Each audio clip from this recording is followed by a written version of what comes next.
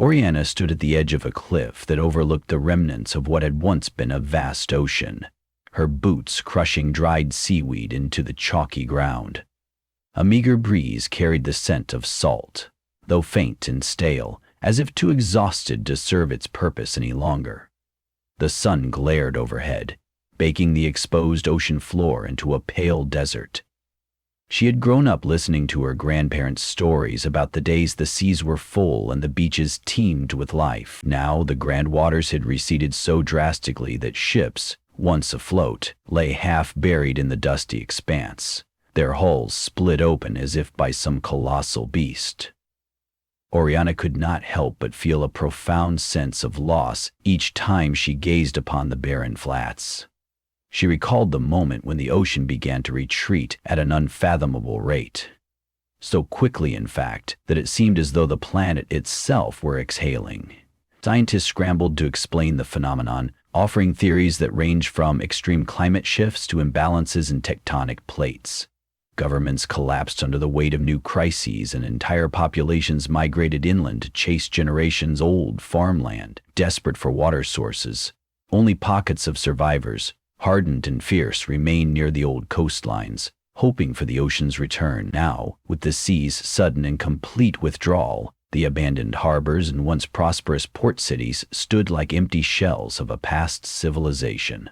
Yet amid this new wasteland, rumors had circulated of something unexpected. Ancient ruins that had lain dormant, submerged for millennia. Now they emerged from the newly exposed seabed, a silent testament to a forgotten empire. Oriana was one of the few brave or foolhardy souls who ventured down from the cliffs and into the treacherous salt flats to verify these stories. Clutched in her hand was a map, yellowed with age, and rumored to have led her great-grandfather to a hidden archaeological site many decades ago. Nobody had paid much heed to it before, not when the ocean was too deep and the prospect of exploring this seafloor seemed laughable. But now, every direction she looked, there were intriguing shapes protruding from the dusty ground, like bones of a giant creature waiting to be unearthed. She descended to the flat basin that was once the ocean floor, kicking up clouds of powdered salt that sparkled under the harsh sunlight. Along the way, she passed the rusted hull of a cargo ship, its anchor chain draped over brittle coral now exposed to air. The silence was unsettling. There were no crashing waves, no calls of gulls circling overhead, only the echo of her own footsteps. Despite the forlorn emptiness, Oriana felt adrenaline coursing through her. She was about to explore a place no living human had stepped foot in, if the legends were true. The day's journey took her past strange rock formations and half-buried statues. Before the big receding, archaeologists had discovered remnants of cities built by ancient civilizations along coastal areas, but none on this scale. The map guided her toward a labyrinth of ruins that might confirm long-standing tales of a lost empire once thriving beneath the waves. Her great-grandfather's notes, scribbled in spidery handwriting, spoke of roads made of obsidian and towers carved from a single block of stone. He had dedicated his life to uncovering traces of a civilization that predated written history, but his research had been ridiculed, overshadowed by other crises that loomed over the modern world. Eventually, she caught sight of what appeared to be the tops of enormous columns, their capitals chipped and worn smooth by tides that had once pounded them every day. Oriana's heart pounded at the sight. This was more than just hearsay. The ruins stood before her like sentinels. Cautiously she approached, running a gloved hand over the carved symbols etched into the stone. The designs were unlike anything she had seen in books or museums. Subtle ideas over-intersected by spirals, curved lines weaving into geometric shapes, reminiscent of ocean waves. The artistry hinted at a civilization possessing immense skill, beauty, and likely a deep connection to the sea. Night arrived with staggering swiftness, plunging the vast dried seabed into a stark darkness. Oriana found shelter beneath the broken arch of an ancient gateway, lighting a small lantern to ward off the surrounding gloom. She surveyed her surroundings. In the lantern's flicker, she noticed mosaic tiles lining the ground. They connected in a pattern that seemed designed to guide visitors through the city. Even battered by centuries underwater, the vivid blues and greens of the mosaic still glimmered in the lantern light, seemingly defiant of time. The sensation of stepping onto these hallowed tiles brought a swell of awe, and she wondered how many footsteps had preceded hers so many centuries ago.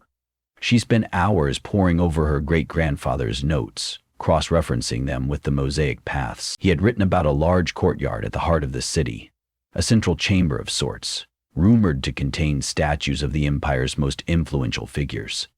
Embedded in a wall near these statues, he claimed, there was a hidden mechanism that led to something he referred to as the Well of Secrets. Oriana had no idea what that meant. She suspected it might signify a sealed chamber or secret vault, but no modern references to this empire existed. The details in his writings were hauntingly specific, fueling her excitement and trepidation in equal measure. After some time, she allowed her eyes to close. Exhausted from the day's trek, she drifted into a restless sleep filled with dreams of an underwater kingdom. In her visions, she beheld towering spires shimmering under sunlight filtered by a crystalline sea. Schools of fish darted through ornate courtyards, and there was a constant hum like the gentle resonance of a massive conch shell. Then, in an abrupt shift, the sea vanished. The splendor of the kingdom was replaced by dust and gloom. Piece by piece, the city crumbled, leaving behind only echoes of what once was. She jolted awake, beads of sweat on her brow, her heart quivering with an inexplicable sense of mourning. At dawn, she continued deeper into the ruins. Now free from the disorienting darkness, she followed the mosaic path as it wound through toppled arches, collapsed pillars, and buildings that had disintegrated into mounds of polished rubble. The salt flats surrounding the city had a curious property. The sunlight reflected off the bright crust, creating a harsh glare that made it difficult to see the horizon clearly. That morning haze cast the ruins in a dreamlike glow, as if they were caught between reality and memory. Her path led to what she presumed was once the city's main thoroughfare. Pillars lined it on both sides, carved with sea creatures and swirling waves. Between them stood statues so worn that their faces were lost to time, but their regal bearing remained unmistakable. Some depicted figures wearing sweeping robes studded with shell-like ornaments. Others wore headdresses resembling coral outcrops. Yes, this had once been a thriving metropolis built upon maritime culture. Whispered thoughts teased Oriana's mind as she tried to imagine how these people had lived, what cosmic event had drowned their empire, and why no record of it had survived in human recollection. The route eventually opened into a massive courtyard, encircled by a ring of columns. At the center stood 4 large statues, placed in a symmetrical arrangement, each facing one of the cardinal directions. 2 had collapsed, their torsos on the ground, but 2 still stood proud, each holding an orb in outstretched hands. Oriana knelt to brush away the accumulated dust on the mosaic beneath the statues, revealing a breathtaking design. A central shape surrounded by concentric circles, layered with minuscule glyphs. She matched the symbols to her great-grandfather's notes indeed. Here was the place he had been so sure existed. On one of the nearby walls, a faint outline of a panel drew her attention. Shaped in the form of a wave crest, the panel was seamlessly integrated into the stone. She ran her fingertips across the surface, feeling a slight indentation. According to the notes, that was the hidden mechanism. The instructions mentioned pressing 3 specific glyphs in sequence to trigger the mechanism, but time and erosion had worn away much of the detail. Oriana spent a tense hour deciphering any remaining hints in the carvings, scanning the panel for even the subtlest of marks. At last, she identified 3 glyphs still faintly visible: a spiral inside a circle, a stylized wave, and a triangular shape that might represent a mountain. She pressed them one by one. At first, nothing happened. Then a grinding noise resonated somewhere within the wall. Startled, Oriana jumped back, her pulse racing. The stone panel shifted slowly, unveiling an opening that led into total darkness. A musty odor wafted out, mingling with the salt-laden air. She lit her lantern again, stepping inside. The narrow corridor descended into the earth, the walls lined with intricate stone etchings that recounted the Empire's story, or so she surmised. She paused periodically to study them. Armies of humans or humanoid figures sailing ships, propelled by strange arching sails, a temple with a stylized sun at its apex, monstrous creatures lurking in turbulent waters. One panel, the largest, depicted a colossal wave overcoming the entire city. At the top corner of that scene, a robed figure pointed at the wave, either conjuring or attempting to stop it. Oriana felt a shiver along her spine. Could this be how the Empire met its end? Triggered by one of their own people? The corridor led her to a subterranean chamber that felt damp and cold. The walls glistened wetly, as though the last vestiges of the ocean still clung to the stones. She discovered ornate bas-relief sculptures, swirling depictions of aquatic life, and streamlined vessels that must have sailed centuries earlier. At the chamber's center was a large circular well, ringed by old metal railings that had somehow resisted the corrosive power of centuries underwater. Oriana thought back to her great-grandfather's phrase, "the well of secrets," and felt the thrill of discovery coursing through her veins. Peering carefully over the edge, she saw a dark expanse that seemed bottomless. Her lantern's light failed to illuminate the depths. Debating whether to probe further, she decided to toss a small pebble in. No echo of stone meeting bottom reached her ears. A deep ripple of unease stung her senses. If something was hidden down there, it was something old and mysterious beyond measure. Yet she had come too far to retreat now. Next to the well rested a rusted mechanism outfitted with a gear and pulley system, perhaps once used to lower or retrieve objects. A thick rope, completely petrified with salt, lay in coils on the stone floor. Oriana examined the setup. The metal looked surprisingly intact, she thought, possibly made from unique alloys unknown to modern science. If the gear system still worked, it was a testament to the Empire's forging skills. With little choice, Oriana began assembling a makeshift harness out of her spare rope, threading it through the pulley. She tested the gears, cranking them slowly to see if they would turn. The rusted cogs protested with shrill squeals, but they did move. Taking a shaky breath, she secured a line around her waist, tied it off, and gingerly lowered herself into the well. The stone walls around her reflected the lantern's yellow glow, patterns of carved glyphs receding into the darkness. The air was clammy, foreign, and the silence weighed heavily on her.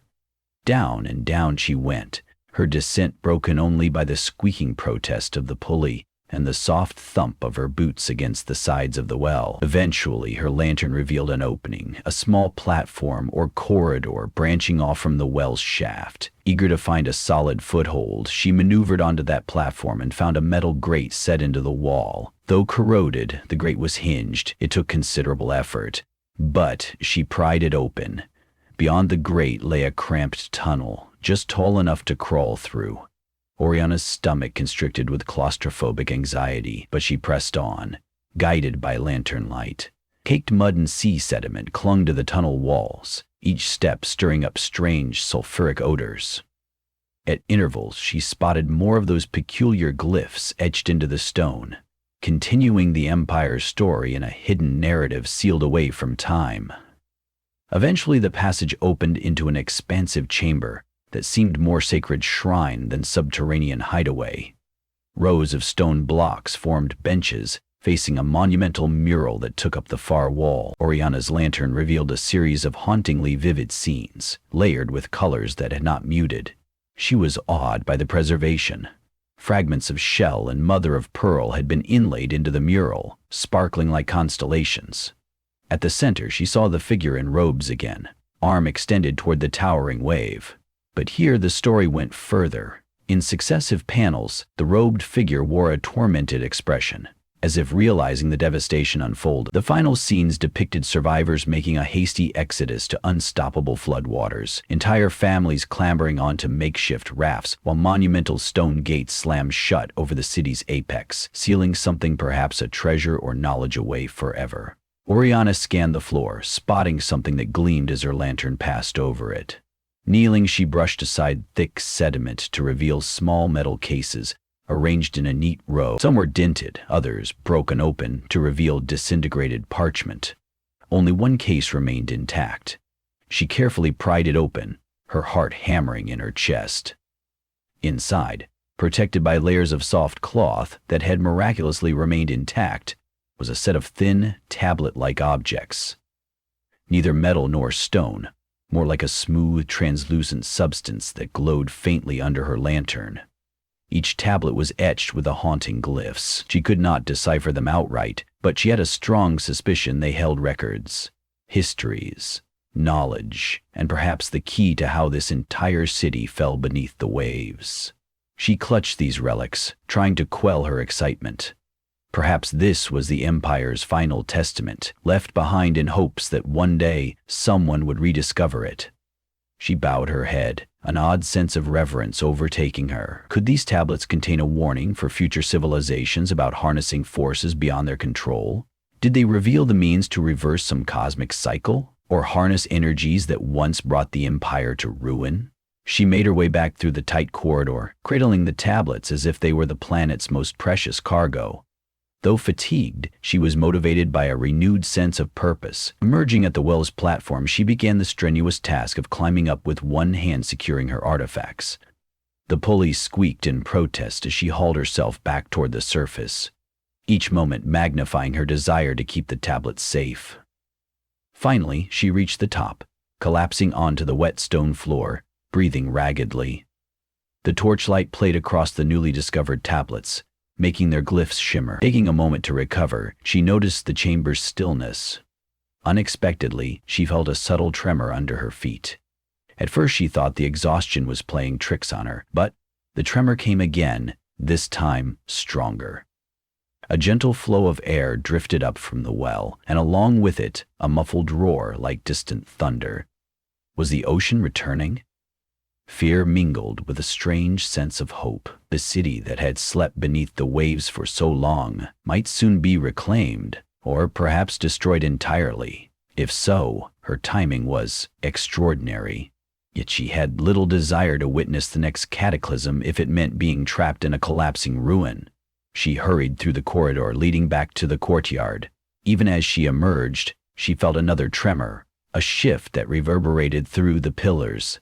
Outside, the early evening sun had begun its descent. Shadows stretched from every direction, accentuating the ruins' ghostly forms. The dryness of the salt flats, once so unyielding, seemed to waver under her gaze.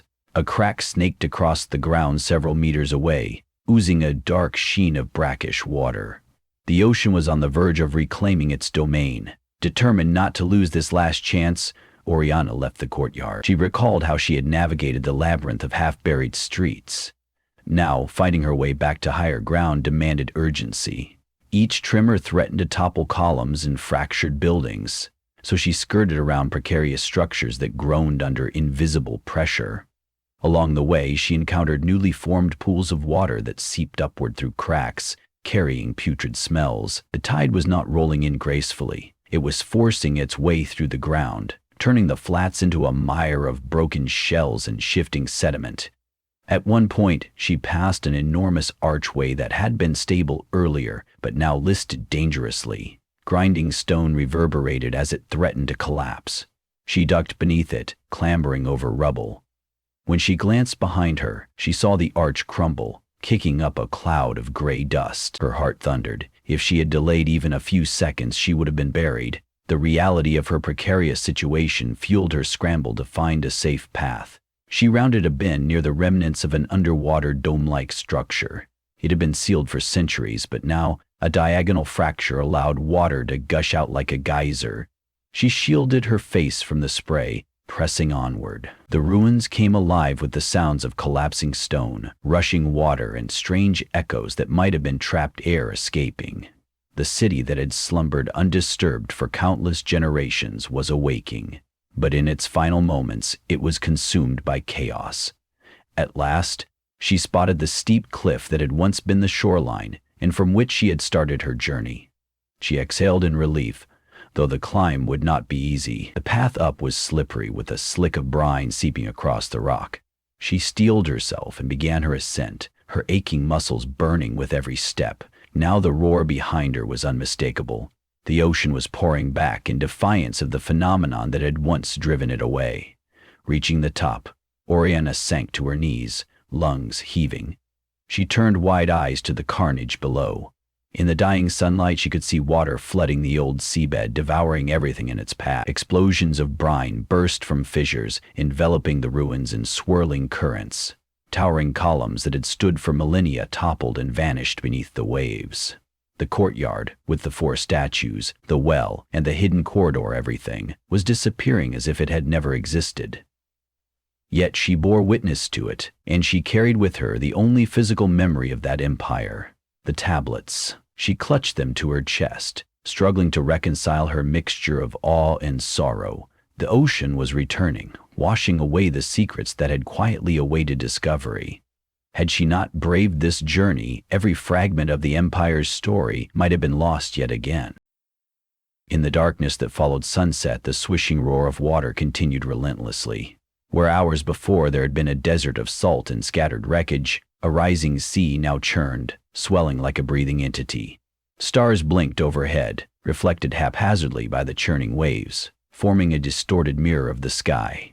Slowly, Oriana stood. Her mind reeled with questions. Was the ocean returning permanently, or was this just another phase of the planet's convulsions? What secrets were inscribed on the tablets, and would they help humankind avoid future disasters?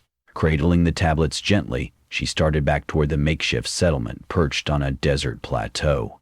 Others needed to know what she had found, to understand that an advanced, ocean-bound empire once thrived and ultimately fell.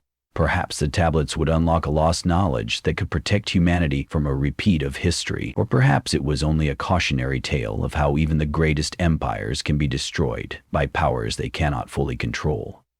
Whatever the future held, Oriana had borne witness to the relics of a grand civilization no one else had believed in. She had walked streets that once thrived underwater. She had stood in a hidden chamber preserving the final words of a lost empire. And though the waves now swept over those ruins, hiding them once more, their legacy lived on in her hands. She pressed the tablets tightly against her chest, resolved to share the story with any who would listen. In a world starved for hope and ravaged by catastrophic change, perhaps the final message of that ancient empire would prove an unlikely beacon, a reason to remember and to learn, before the sea once again claimed everything in its path.